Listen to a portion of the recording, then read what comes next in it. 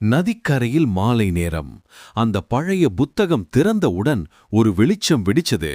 அந்த ஒலியோடே ஆரி வேறு ஒரு உலகத்திற்கு மறைந்து விட்டான்.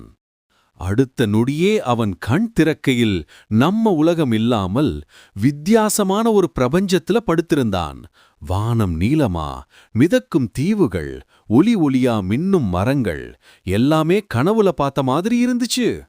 இதே நேரம் நிஜ உலகத்துல அவன் அம்மா அவனை கண்டுபிடிக்க முடியாமல் காவல் நிலையத்தில் புகார் கொடுத்தாள். எங்க போனான் என் பையன் என்று அழுது கொண்டிருந்தாள். போலீஸ்காரர்கள் தேட ஆரம்பிச்சாங்க. ஒரு கிராமத்தவன் சொன்னா, அந்த பையன் காட்டுக்குள்ள போனான். உடனே தேடல் தீவிரமாயிச்சு. ஆனா அங்க அந்த மர்ம உலகத்துல ஆரிவ் மெதுவா எழுந்தான். இன்னும் தலை சுழலுது. திடீர்னு ஒரு சத்தம். நீ யார்? எங்கிருந்து வந்த? முன்னாடி ஒரு மனிதன், எதிர்காலத்துல இருந்த மாதிரி, லேசர் ரைஃபிள் கையில், ஒலி ஒலியா மின்னும் சீருடை.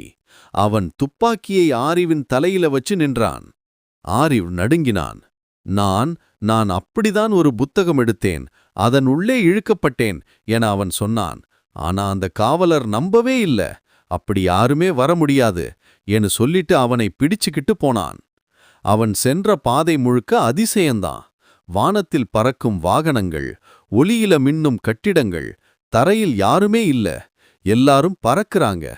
ஆரி வாயைத் திறந்து அதிசயமாய் பார்த்து கொண்டே போனான். கடைசில அவனை ஒரு பிரம்மாண்ட அரண்மனைக்குள்ள கூட்டிச் சென்றார்கள். அந்த உலகத்தோட அரசி, சூப்பர் குவீன் இருந்த இடம். அவள் முன் அவன் நின்றான். மின்னும் வெள்ளி முடி, பொன் கண்கள், அவளோட குரல் அரசமயமா, ஆனா குளிர்ச்சியாக. எங்கிருந்து வந்தாய்? அவன் மீண்டும் அதே கதையை சொல்லினான். புத்தகம், வெளிச்சம், மறைந்த உலகம்.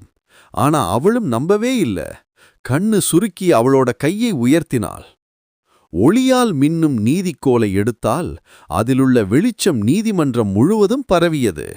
இந்த பையன் பொய் கூறுகிறான் என்று தீர்ப்பளித்தார். அவனை விண்வெளி சிறையில் அடைக்கணும் என்று உட்டர்திறன் அவனையும் பிடித்துச் சென்றான்.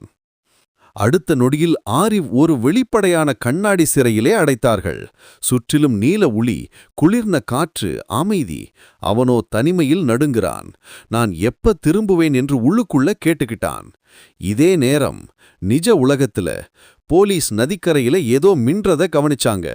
தண்ணீர் கரையில அந்த பழைய புத்தகம், இன்னும் அதன் பக்கங்கள் மெதுவா ஒளி வீசிக் கொண்டிருந்தது. பாகம் 3 வேண்டுமா? நம்ம சேனலை சப்ஸ்கிரைப் பண்ண மறந்துடாதீங்க.